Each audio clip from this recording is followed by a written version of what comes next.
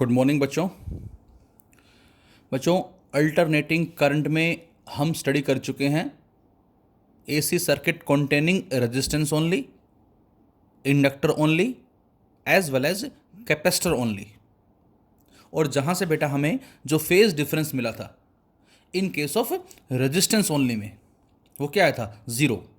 There is no phase difference between current as well as voltage. जबकि pi by 2 का phase difference मिला था हमें in case of inductor as well as in case of capacitor. Current में और voltage में पाई by 2 का phase difference मिला था इंडक्टर के केस में एज वेल एज कैपेसिटर के केस के अंदर। लेकिन जो पाई बाय 2 का फेज डिफरेंस था उसमें जो इंडक्टर वाला केस था बेटा हमारा AC circuit containing L only, इस इंडक्टर वाले केस के अंदर जो वोल्टेज है वो पाई बाय 2 के फेज से लीड कर रहा है करंट से। वोल्टेज पाई बाय 2 के फेज से लीड कर रहा है करंट से। जबकि कैपेसिटर वाला जो केस आया था बच्चों, उस केस में करंट जो है बेटा वो लीड कर रहा था वोल्टेज से पाई बाय 2 के फेज से। जबकि रेजिस्टेंस वाले केस में कोई भी फेज डिफरेंस हमें नहीं मिला था। आर एल सी इक्वेशन हमने लिखी थी E is equal to E naught sine omega T as well as I equal to I naught sine omega T. So we can say the phase difference is zero, there is no phase difference. और फिर हमने phasor diagram भी plot किया था। और R जो बेटा ये फ्रीक्वेंसी पे डिपेंड नहीं करता, ये भी हमने बात की थी कि यदि हम इस R का एक फ्रीक्वेंसी के साथ ग्राफ प्लॉट करें तो ग्राफ कुछ इस तरह से मिलता है हमें, स्ट्रेट लाइन, जो कि इंडिपेंडेंट है फ्रीक्वेंसी पे।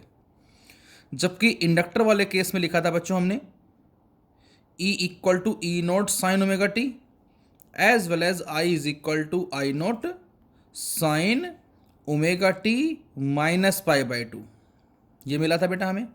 और साथ साथ यहाँ जो XL कैलकुलेट किया था हमने, जिसको ओमेगा L का नाम दिया था, या ये कहें 2 पाई न्यू इंटू L का नाम दिया था।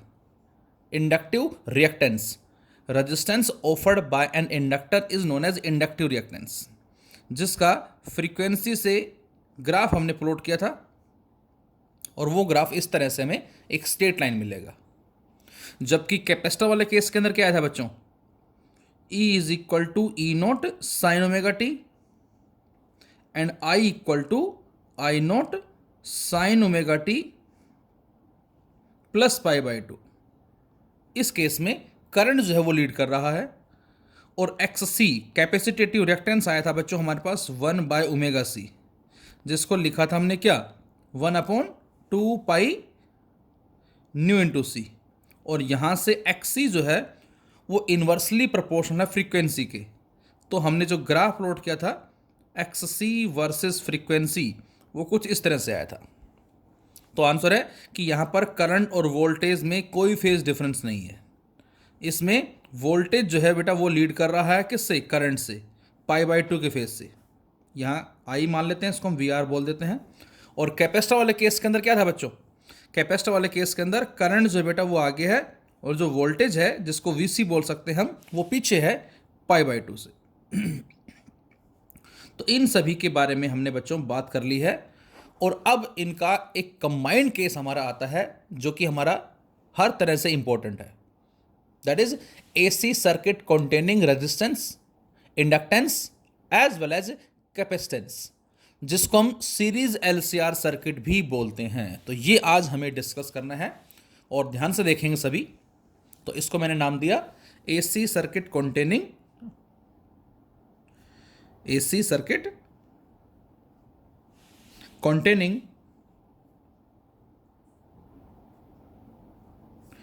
AC circuit containing resistance,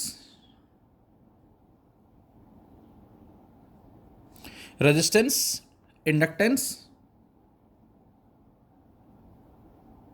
resistance, inductance and capacitance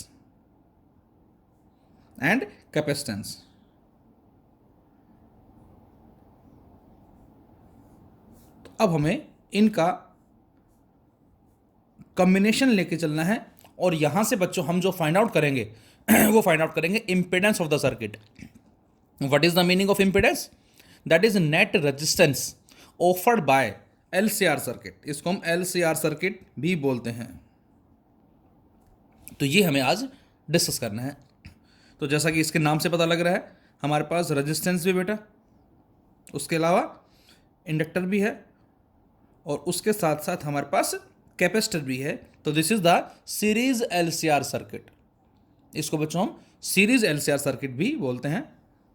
और इन सभी को सीरीज ज्वाइन कर दिया एक अल्टरनेटिंग सोर्स के साथ. तो ये हमारा कुछ इसका एक डायग्राम है.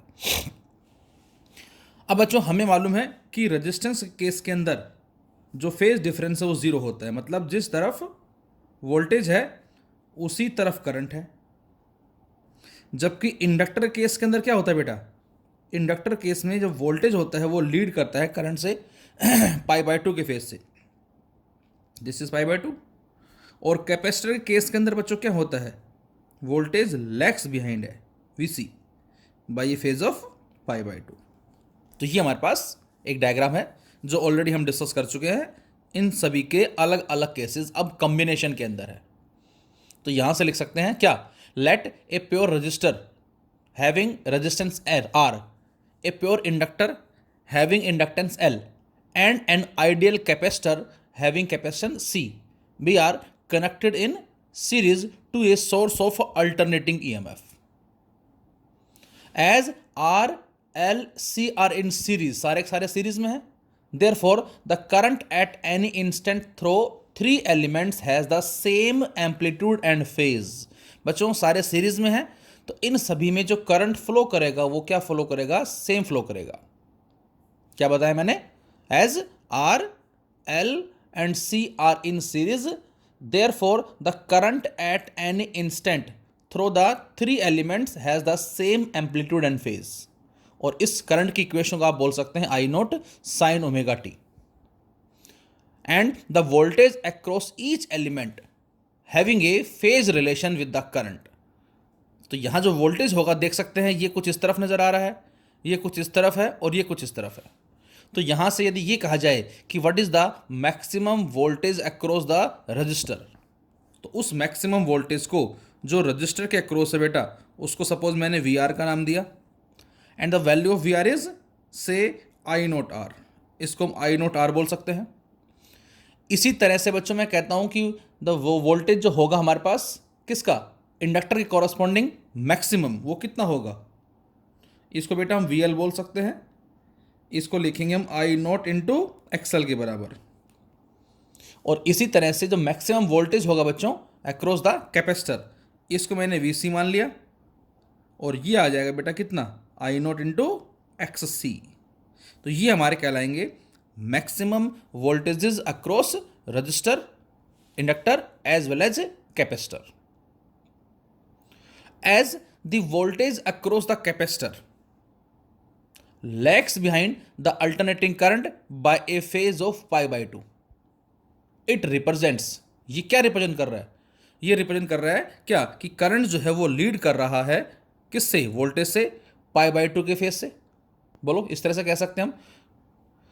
अब यहां से आपसे कहा जाए कि जो वोल्टेज है कौन सा, ये वाला, ये π/2 से लीड कर रहा है करंट से, और करंट इससे π/2 लीड कर रहा है. तो अब बताएं इस VL और इस VC में कितना फेज डिफरेंस होगा. तो आंसर है पाई का. देखते हैं जरा फिर से एक बार डायग्राम बना के.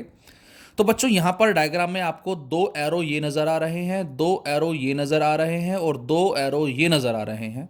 यदि इन सभी को कंबाइन करके मैं एक सिंगल डायग्राम बनाना चाहूं तो डायग्राम कुछ ऐसा बनेगा.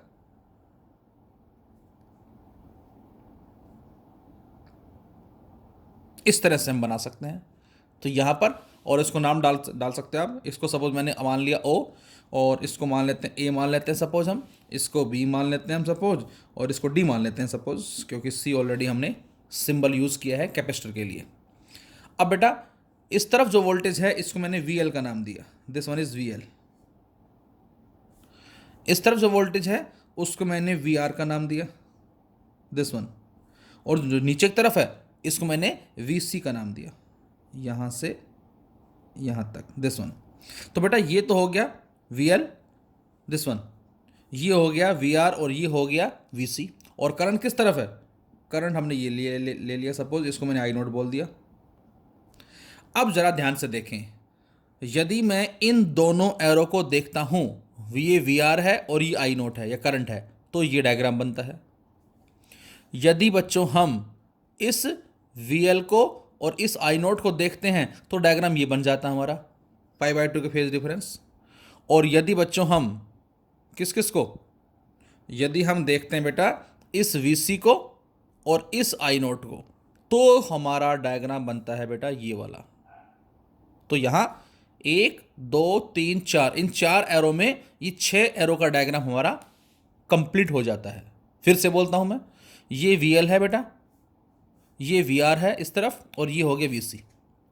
अब हमें पता है कि वी एल जो है वो करंट से लीड कर रहा है पाई बाय 2 के फेज से, ये करंट इस वी सी से लीड कर रहा है पाई बाय 2 के फेज से। तो बताएं वी एल और वी सी में कितना फेज डिफरेंस होगा?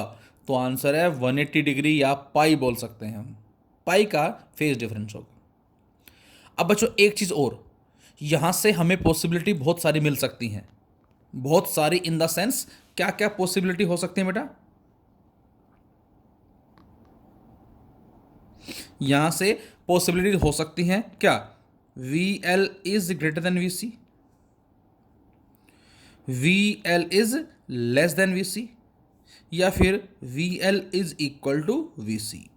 सो we can say we have the 3 possibilities, either V L is greater than V C और V L is less than V C, इसके अलावा V L is equal to V C. तो कोई भी एक possibility लेनी है। फिलहाल हम इन दोनों में से कोई भी एक लेके इसको सोल्व करेंगे, क्योंकि यदि ये ले लिया तो उस केस में जो इम्पिडेंस है वो हमारा क्या हो जाएगा? मिनिमम हो जाएगा, जो हम लास्ट में भी डिस्कस करेंगे। तो इसके लास्ट में भी डिस्कस करेंगे। फिलहाल हम वोल्टेज जो होगा वो कितना होगा और किसके बराबर होगा। तो यहां से हमने मान लिया बेटा, यदि if V L is greater than V C, हमने अपनी तरफ से एज्यूम कर लिया कि वी एल जो बच्चों वो वी सी से क्या है बेटा? दैट इज ज़्यादा है। अब यदि बच्चों वी एल जो है वो वी सी से ज़्यादा होगा, तो बताएं इस वी एल और इस वी सी का रिजल्टेंट, वी एल इधर है, वी सी इधर है, वेक्टर के रूल को अप्लाई करें जरा। जब भी कभी दो वेक्टर एक दूसरे के एंटी पैरेलल हैं, एंगल 180 डिग्री होगा, तो उस केस में जो रिजल्टेंट वेक्टर का जो मैग्नीट्यूड होगा, जिसको हमने आर बोला था 11th क्लास में, वो होता है ए माइनस बी के बराबर। तो इसका मतलब बच्चों इस वी एल और इस वी सी का जो रिजल्टेंट होगा उसको हम कुछ ऐसे दिखा सकते हैं ऊपर की तरफ, और इसको बोलेंगे क्या बेटा? इसको बोलेंगे बच्चों we L minus V C. तो इसको हम नाम देंगे we L minus V C का। इस पर आप लगाना चाहो एरो लगा सकते हो, या केवल मैग्नीट्यूड की बात कर रहे हैं, नो मैटर। तो ये हमारा आ गया इसका और इसका। मैं कहता हूँ ये हमारे पास 20 वोल्ट है सपोज, ये हमारे पास 5 वोल्ट है, तो ये 20 ये 5, तो 15 वोल्ट ऊपर की तरफ आंसर होगा दिस वन। और ये ऑलरेडी है ही वी आर, ये हमारे पास ऑलरेडी चल ही रहा है, दैट इज वी आर। नाम डाल सकते हैं इसको हम, ये हमारा ओ है, इसको हम ए बोल ही रखा है हमने, और इसको हम कुछ और बोल देते हैं, नाम ई बोल दो, एम बोल दो, एम बोल देते हैं सपोज। और करंट है इस तरफ है ही, से आई नोट। अब मैं आपसे कहूं, अब बताएं ओ एम और ओ ए का रिजल्टेंट। तो बच्चों यहां पर टेल टेल कंबाइन हो रही है। टेल टेल का मतलब पैरेललोग्राम वाला कॉन्सेप्ट ही लगाएंगे, और पैरेललोग्राम वाला जब कॉन्सेप्ट लगाएंगे तो यहां से बताएं दोनों का जो रिजल्टेंट होगा वो क्या होगा। दोनों का रिजल्टेंट जो है उसके लिए हमने क्या किया, इसके पैरेलल साइड ड्रॉ कर दी कुछ इस तरफ, और इसके पैरेलल साइड ड्रॉ कर दी कुछ इस तरफ। तो डायगोनल साइड हमें क्या देगी बच्चों? रिजल्टेंट। तो ये आ गया बेटा डायगोनल साइड, और ये डायगोनल साइड जो आई ये वोल्टेज को ही रिप्रेजेंट कर रही है, और उसकी जो पीक वैल्यू है उसको मैंने मान लिया सपोज ई नोट, और यहां से ये आ गया बेटा हमारा फाइनल वोल्टेज। इसको सपोज हमने पॉइंट के मान लिया। अब यदि ये फाइनल वोल्टेज है दिस वन, और ये हमारे पास करंट है, तो आपको साफ नज़र आ रहा है वोल्टेज करंट को लीड कर रहा है। कितने फेज से हमें नहीं पता, उसको हमने 5 मान लिया। We assume the voltage final leads the current by a phase of 5। कब आया है बेटा ये? जब हमने ये कंडीशन मानी बच्चों। और यदि कंडीशन हम ये ना मान के ये मानते दूसरी, V L is less than V C, तो उस केस में इसको हम बड़ा दिखाते हैं। मतलब मैं साइड में बता देता हूं, तो उस केस में बच्चों यदि हम ये कंडीशन लेके चलते, if V L is less than V C, तो उस केस में बेटा हम इसको दिखाते वी एल कुछ इस तरफ और इसको दिखाते वी सी। वी सी की जो एरो है उसके लेंथ को ज़्यादा दिखाते हैं हम, और ये हमारे पास वी आर है और इस तरफ करंट है ही ऑलरेडी। तो बेटा इस वी सी और वी एल का जो रिजल्टेंट है वो नीचे की तरफ होता, वो कुछ ऐसे आता, कितना, V C minus V L होता, और ये वी आर है ही ऑलरेडी और इस तरफ करंट है। बोलो ये आ जाता हमारे पास। और फाइनली इस वी आर और V L minus V C का ये क्या आता बेटा, that is resultant. Final voltage जिसको हम बोलते हैं वो ये आता। और इस सिचुएशन में जो वोल्टेज है वो करंट से पीछे है, कितना पीछे, फाई। तो इसका मतलब ये हुआ कि यदि हम ये कंडीशन लेते हैं सेकंड वाली, तो करंट लीड करता है वोल्टेज से फाई के फेज से। तो इक्वेशन क्या बनेगी, इक्वेशन बनेगी E is equal to E naught sine omega T and I is equal to I naught sine omega T plus phi. ये हमारी बनेंगी इस सिचुएशन में करंट और वोल्टेज की इक्वेशन। लेकिन इस सिचुएशन में वोल्टेज लीड कर रहा है, तो हम कह सकते हैं क्या, E equal to E naught sine omega T and I equal to I naught sine omega T minus phi. तो बेटा इक्वेशन ये भी हो सकती है और इक्वेशन ये भी हो सकती है, डिपेंडिंग अपॉन द कंडीशन, कि आप किस कंडीशन को लेकर चल रहे हैं। तो ये आपको थोड़ा सा विशेष ध्यान रखना है। तो अब मैं आपसे कहूं जो फाइनल वोल्टेज हमारा आया ओके, इसकी वैल्यू जो है वो और हमें कैलकुलेट करनी है। तो बेटा आप यहां से लिख सकते हैं कि जो ओके होगा it will be equal to क्या, ओ ए का स्क्वायर प्लस में क्या लिखूं, प्लस में इसको आप लिख सकते हो दैट इज ए के का स्क्वायर और इस सारे का अंडर रूट। पाइथागोरस को यूज किया हमने और यहां से हमने इस कॉन्सेप्ट को लिख दिया। ये लिख सकते हैं हम चाहे ए के, या इसकी जगह आप ओ एम भी लिख सकते हो, क्योंकि जो ए के है बेटा, ये ए के क्या है, पैरेलल है, किसके पैरेलल है, ओ एम की पैरेलल है। तो यहां पर आप इस ए के की जगह चाहें तो ओ एम भी लिख सकते हैं, दिस वन मीनिंग सेम होगा। अब इस ओ ए की वैल्यू बताएं क्या होगी, तो आंसर इसकी वैल्यू जो है बेटा वो है वी आर, तो वी आर का square plus A K, this A K is parallel to O M, that is V L minus V C का स्क्वायर और इस सारे का अंडर रूट। तो ये हमारे पास क्या आ गया बच्चों, ये हमारे पास आ गया है ओके, दिस इज ओके। इसको अब आप चाहे ओके बोल दें या इसको आप चाहें तो ई नोट भी लिख सकते हैं, क्योंकि ओके की जो वैल्यू है उसको हमने ई नोट माना है।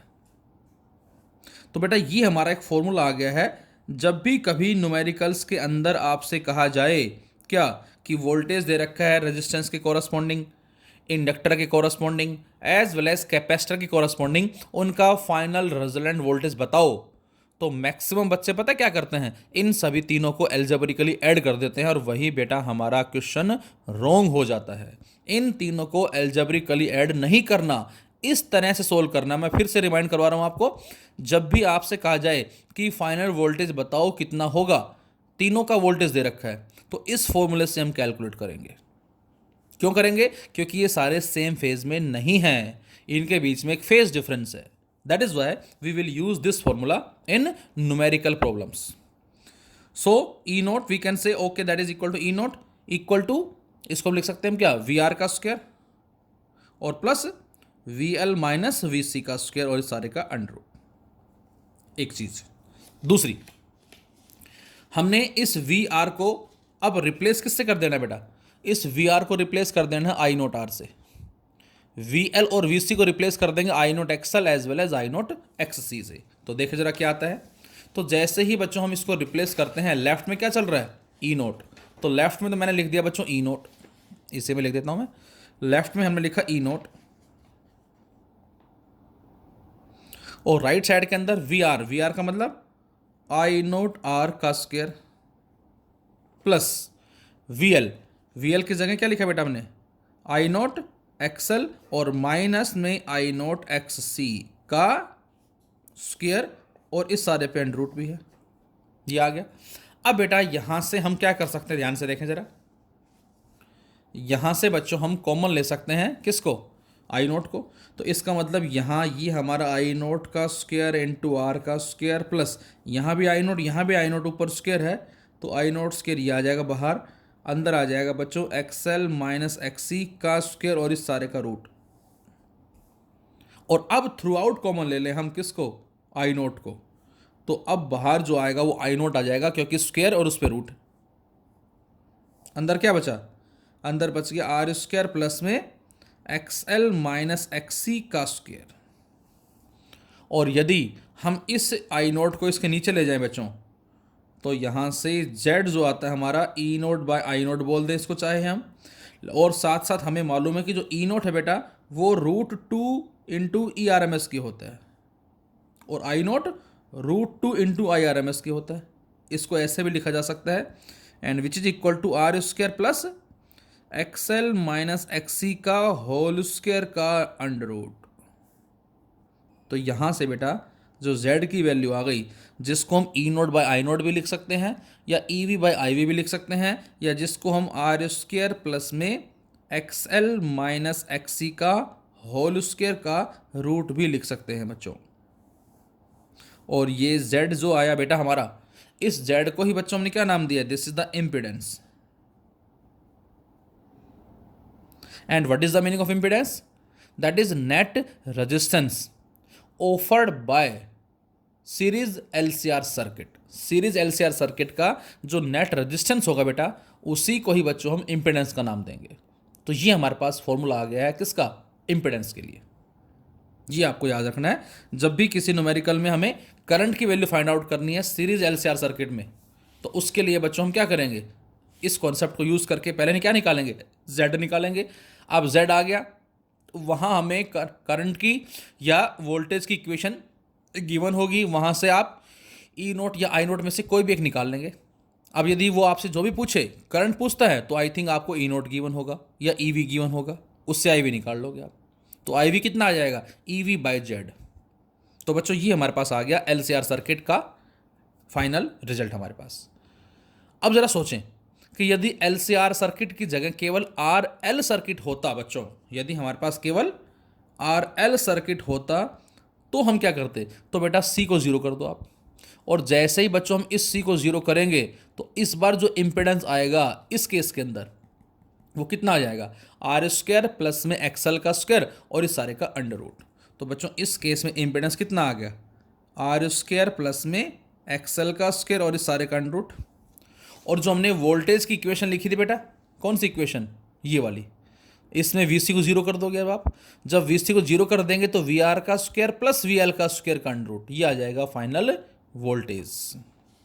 इसी में बच्चों यदि हमारा आर सी सर्किट होता तो क्या करते आप, यदि आर सी सर्किट होता तो बेटा उस केस में एल को जीरो कर देते हम।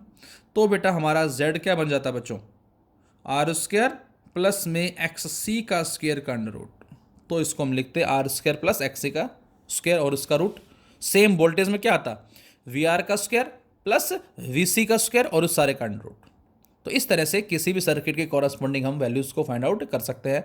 सेम एल सी सर्किट होता तो क्या होता, तो इस आर को जीरो कर देते हैं हम, इसको जीरो करते तो ये बनता X L minus X C का स्क्वायर और उसका root X L minus X सी।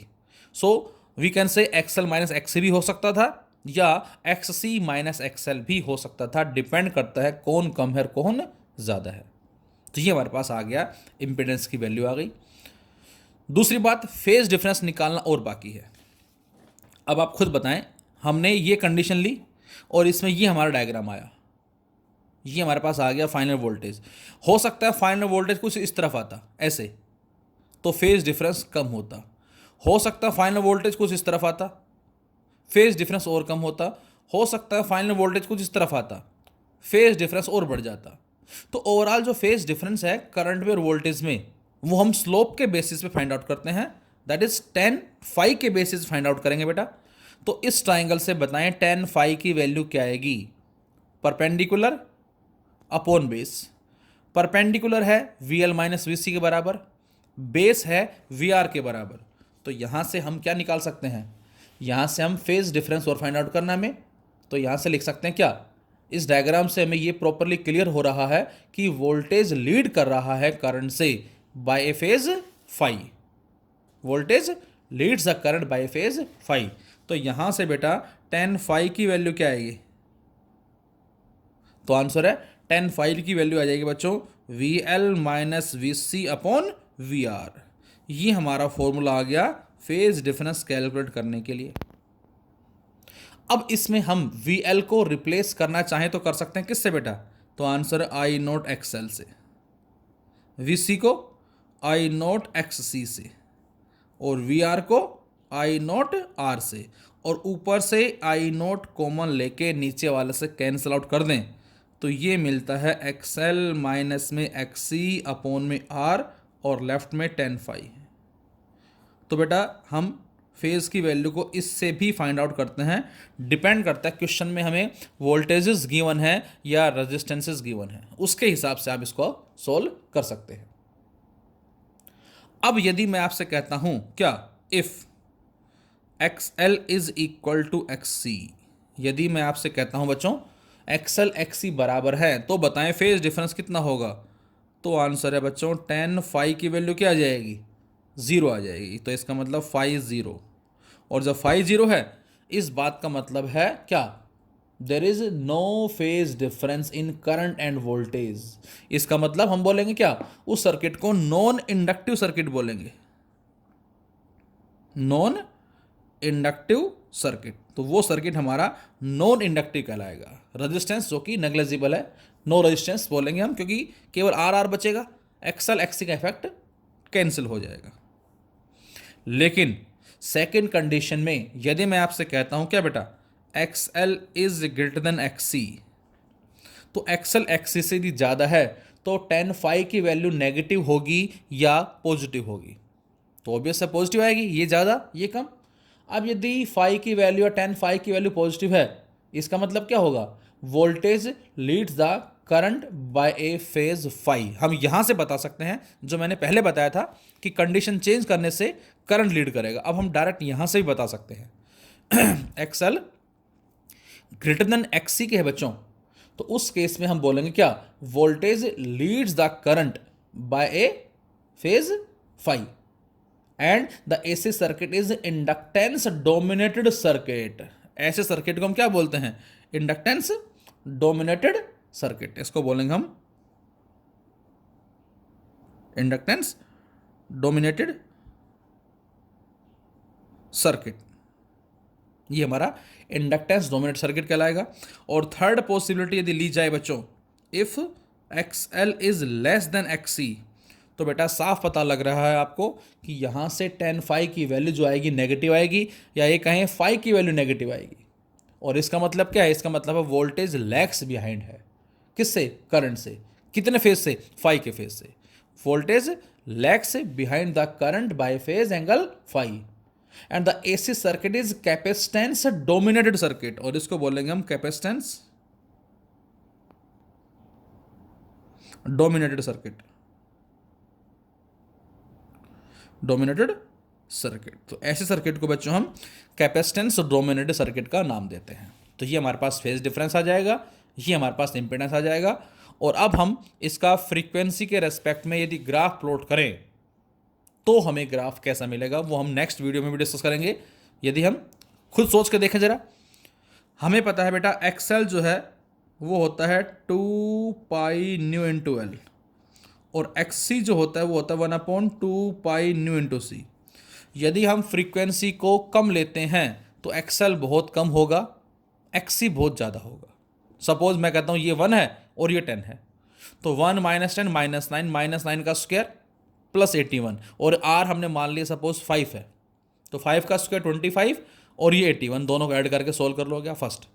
अब फ्रीक्वेंसी को इंक्रीज कर दिया, फ्रीक्वेंसी इंक्रीज करते ही बच्चों को ये क्या हो जाएगा, इंक्रीज, ये डिक्रीज। अब ये हो गया 1 से 2, ये होगा 10 से 9। अब 2 माइनस 9 7, तो पहले 25 आया था और अब 7 का स्क्वायर 49। तो इसका मतलब बच्चों इम्पिडेंस कम हो गया। फ्रीक्वेंसी और बढ़ा दी, फ्रीक्वेंसी के बढ़ने से एक्सल बढ़ जाएगा। अब ये 3 हो गया, ये कितना हो गया 8 हो गया, तो 3 माइनस 8 5, सॉरी हाँ 3 ठीक है, 3 माइनस 8 5, 5 का स्क्वायर 25, तो 25 ये है 25 ये है, उसको सोल्व करेंगे। जेड और कम हो गया, फ्रीक्वेंसी और बढ़ा दी, ये हो गया 4, ये हो गया 7,